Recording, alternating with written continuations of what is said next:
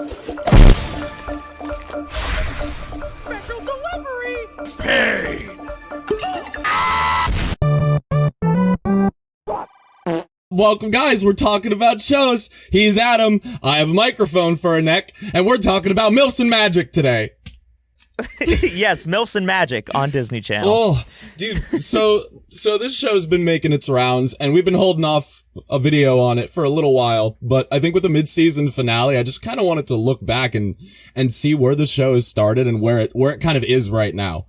And what we can expect going forward with the rest of season 2 and the fabled season 3. The show being Owl House, not actually milfs and magic. Is that an actual show? Because you know what, text me later. No. I just wanted it to be clear that was the show we were referring to, even though it'll be in a title somewhere. That's what it is. But, yeah, I'm very new to the show. Since Mitch told me about it a couple weeks ago and was like, "Watch this, you will love it." And sure enough, here we are, like 3 weeks later, loving it. Ba-da-ba-ba. It's definitely been a journey watching this show grow from like small team, presumably, without a ton of experience working on stuff like this, to just being this full-fledged like Disney Channel franchise that they're really pushing now. Like it's one of their big shows at the moment, which is super dope because it does a lot of things new for Disney. Takes a lot of darker tones. For me, definitely at first didn't feel like that though. Watching that first episode, especially, I felt like it was kind of weaker in the writing, and I felt like it was going to be like, oh no, a Power of Friendship show again. Here it comes. Did you feel that way too with the early episodes? Yeah, I got that same vibe. The first episode did, which most pilots do. It's very hard to know what direction you're going with in the first episode, but I was still really struck by like all the neat little nuances of the first episode. Just little things. The fact that her mom and her speak Spanish to each other in the beginning. Yeah, it's the fact that they're sort of going down a trail of like she's sort of seen as a weirdo by everyone, and they want to send her to like be normalized at a camp. Which I think a lot of kids can sort of relate to or feel strongly about. And like the first episode, I have trouble just because I compare them to later episodes that are so great. But just taking the first episode for what it is, I think it sets the tone nicely in sort of a milder way for what's to come later. And it builds upon itself, which I find in shows to be, it seems to be the best way to write a quote-unquote children's show. Yeah. Well, more and more lately, too, they've been hitting kind of like a serialized format. And at first, I didn't think it was going to be as much one continuous story as it was just going to be about fun magical adventures in another Harry Potter world. But then, to get ahead of ourselves a little bit, you go into the second season and there's like not a single filler episode. And it does feel like they really started hitting their stride later down the line. I'm just like looking through like an episodes list here on Wikipedia as well, just to make sure I can go through everything and not miss like any huge points in the series. But I definitely do feel like it started to pick up around maybe like episode 4 or 5. Like when they introduced the whole curse thing and when they start to introduce the covens and build the world a little bit, that's when it starts to get cooler. That's when it really starts to feel like there's a lot more thought put into the world. Yeah, definitely. I'd agree with that. The first few episodes, I think, is just her getting acclimated to the world, which in turn gets us acclimated to the world. Yeah. But then now she's been in this world and she's familiarized herself and is now able to get into the meat and potatoes of what this world has to offer. Yeah. Which is a lot of fucked up shit, which we'll get into. Well, I mean, admittedly, I do think it didn't do like the absolute best job of introducing the world in the first couple episodes. Like they had stuff like it's like, oh, like you have like your coven system, which is a big point. But then the only other things that I can think of are like, oh, you got like the Emperor's Guards and the Conformatorium and like the night market, but it's not really, for me at least in season 1, it wasn't really that big of a deal until you got to like the Palisman episode with the Bat Queen and Albert, and you find out about like all the lost palismans and stuff. And how they've gotten abandoned by their owners, and, you know, the Bat Queen's a palisman, and like that's I think where it starts to get really cool. That one's a little bit later into the season, but it's also then you get like character bits for Willow. You get a lot of development out of Amity, which is that we'll talk about for sure. Yeah, yeah, that's a huge point. I believe it is. And yeah, I mean, it definitely. If it didn't grip you at first, but you still gave it a chance, it definitely finds a way to grip you going throughout this episode list from season 1. I think it takes a little long to get to the main story, though, with Bellows, and to really introduce him as the problem big bad of the universe. Yeah. There's the whole Ida and Lilith thing where Lilith is like, join the coven, and Ida's like, no. And I mean, that's pretty much the entire season, like major plot wise, until that last 2 episodes, which I thought was a little weird, but those last 2 episodes really picked it up. As watching it like just straight through, I didn't feel that way as much, just because it's not like every week I'm waiting for a new episode. I gotcha. And so those first couple episodes sort of flew by, you know, and it watching it as one entity, like from beginning to end, for the most part, or at least watching it to like mid part of season 2, and then sort of watching it on a weekly basis. I kind of like the pacing, just because I sort of understand that the first season had to be a little more, I don't want to say childish, but safe. Yeah, they were a lot safer with it. And then season 2 really comes out guns blazing with a lot of great plot, you know, and thematic elements. But I can totally see where you're coming from, saying that it, like, the first season really doesn't grip you as much as the second season.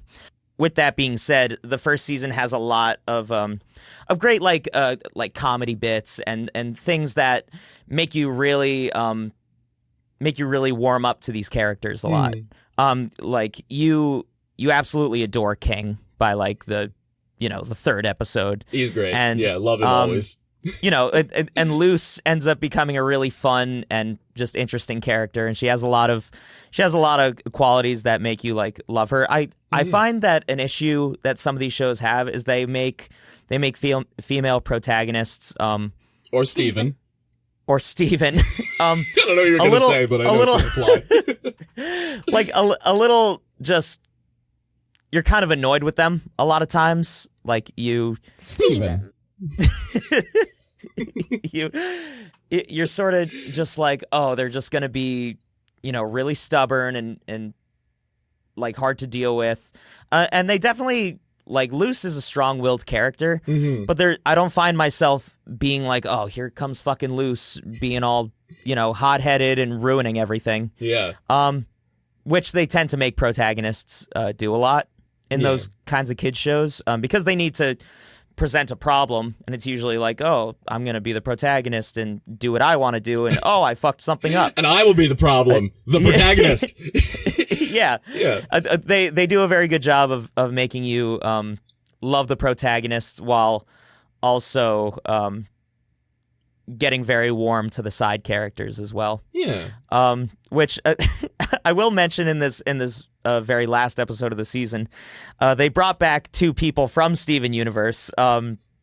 Amethyst's voice actor and fucking Ronaldo's voice actor. Oh, dude, the thing that absolutely killed me with the last episode, that voice actor, Roger Craig Smith, voiced Sonic for the past decade, and hearing his voice made me just absolutely want to rip my hair out. It was like, I immediately went back to like 2010 Sonic Colors, and I was like, make it stop, please. Kill me now. Yeah, there were certain lines he would say that I was just, oh, it's the blue guy. Yeah. Very upset about it. And it's just the same bullshit of just like, I have all these conspiracy theories that are total, like, mean nothing, and like he's just in and out in like 2 seconds, and it's like, I didn't want him there to begin with. Yeah. Like, You could have filled that time with a little more of her talking to her mom, but No. He needed to be there so that Camila could pull out La Chancla. Dude, seeing her go full Latin mom on him with with her fucking flip flop absolutely sent me, bro. She pulled out that flip flop from her bag, and I just lost my only begotten shit. You were like, he's done now. It's over. Yeah, it was. I mean, it's what I wanted to do to that character throughout the entirety of the episode. And unlike with Ronaldo, they gave us that satisfaction, so I can at least appreciate them like playing off the trope and then living out what we all want to do to those types of characters. Yeah, so, definitely. I mean, I can't fault it too much for that, but if they didn't choose Roger Craig Smith, I would have been a little happier. Yeah, definitely. I find the biggest plot point to be I forgot her name. Is to be Ida's sort of struggle with her curse. Yeah. And being the owl lady. And obviously in season 2 we get to see a lot more of what becomes of it. But season 1 is really heavy on her battle with the owl spirit or owl demon or whatever the fuck it is, which we're still sort of figuring out. That point kept me extremely interested throughout the entirety of the first season. But like as you said, the first season was a lot slower. But that was a point that always, even when I would get a little bored with some of the other stuff, I'd be like, what is the deal with Ida and this owl curse? I have to know more. How did it happen? What's the dirty secrets behind it? And the end of season 1 gives us a huge payoff with learning how she was cursed. But doing a good job of not giving us anything and everything. Like, it does a really good job of illustrating that the characters have these issues, and this is how they physically have to deal with them. And then with season 2, you kind of get more of a look into their heads and see how their problems, which we've already been introduced to time and time again, emotionally affect them. And if you've watched like the 2 episodes that we've done on Hell of a Boss, you know that we love that shit where you get into a character's head and you just get to see kind of how everything plays out and shapes them who they are. And I obviously that goes for Ida a lot because we have a lot of internal battles between her and the owl demon, who ends up being just as much of a victim as she is. And then we see that with Luce as well, with just the way that we get spoilers of it in season 1, or not spoilers, but like little like tidbits and sneak peeks coming at us with her like being afraid to go back to the human world. And how living in the Boiling Isles isn't comfortable, but it's also kind of an escape for her. And then we really start diving into that as she's trying to make the portal, but then she starts having like anxiety about going back to her mom. And it's just interesting to me that they went from this point to that point in such a smooth linear motion, and it came together so good. Yeah, I mean I think that's really the arc between season 1 and 2 that I would point out the most of, is you get to see more into the characters and you get to learn more who everybody is. Yeah, smooth is absolutely what I would use for this show. Is both in the animation, which is gorgeous, by the way. Oh yeah. Like I was just looking at like the beginning of the like just the opening little da-na-na-na-na. Like and just how smooth and beautiful the animation is throughout it, and just oh god, I think it was in episode 9 of the second season, where Amity has the fight with the Golden Guard. Oh, that was fucking awesome. And the animation blew my fucking socks off. It was like, I remember really being struck by how great that whole scene went from an animation standpoint. But to get back into sort of what you were saying, just how smooth they make that transition from physiologically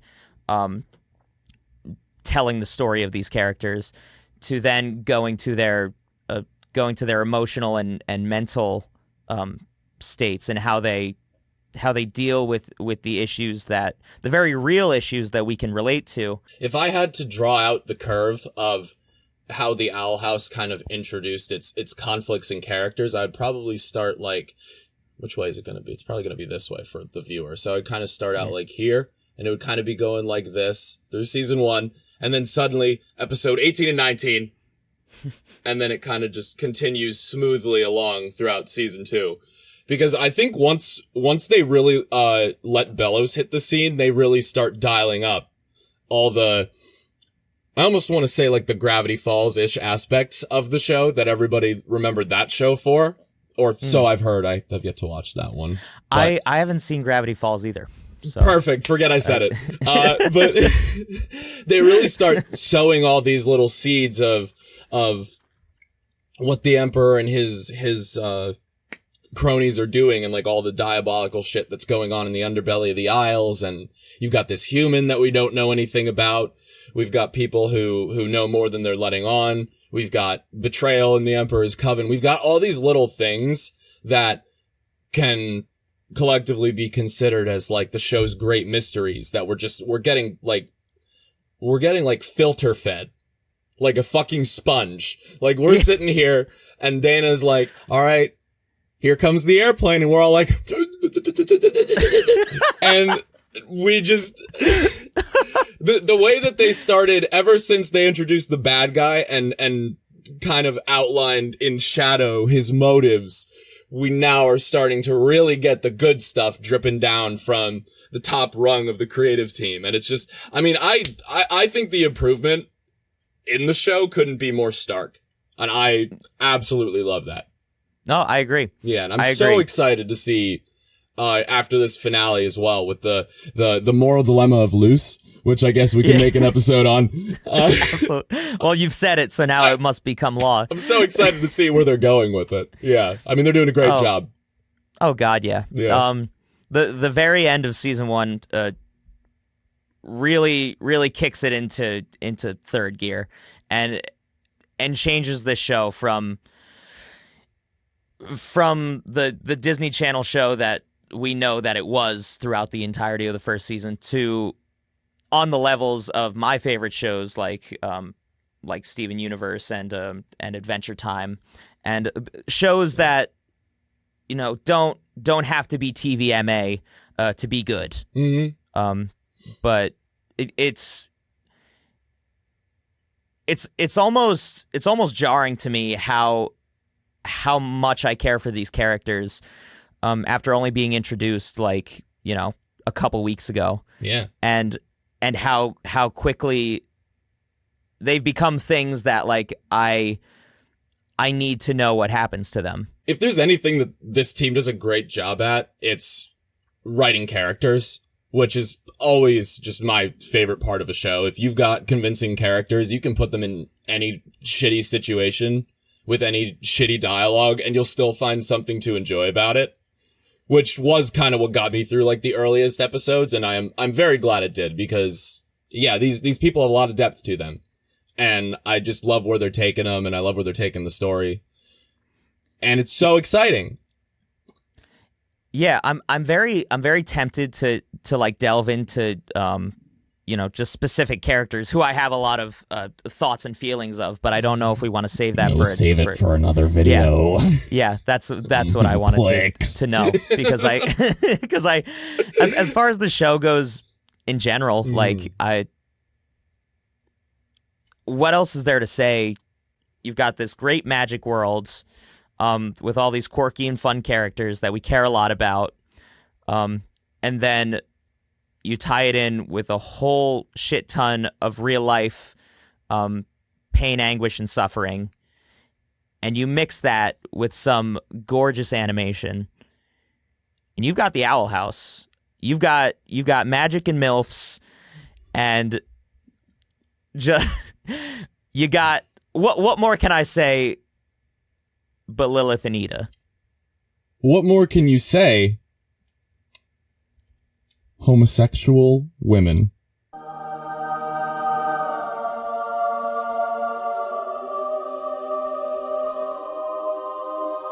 Bye.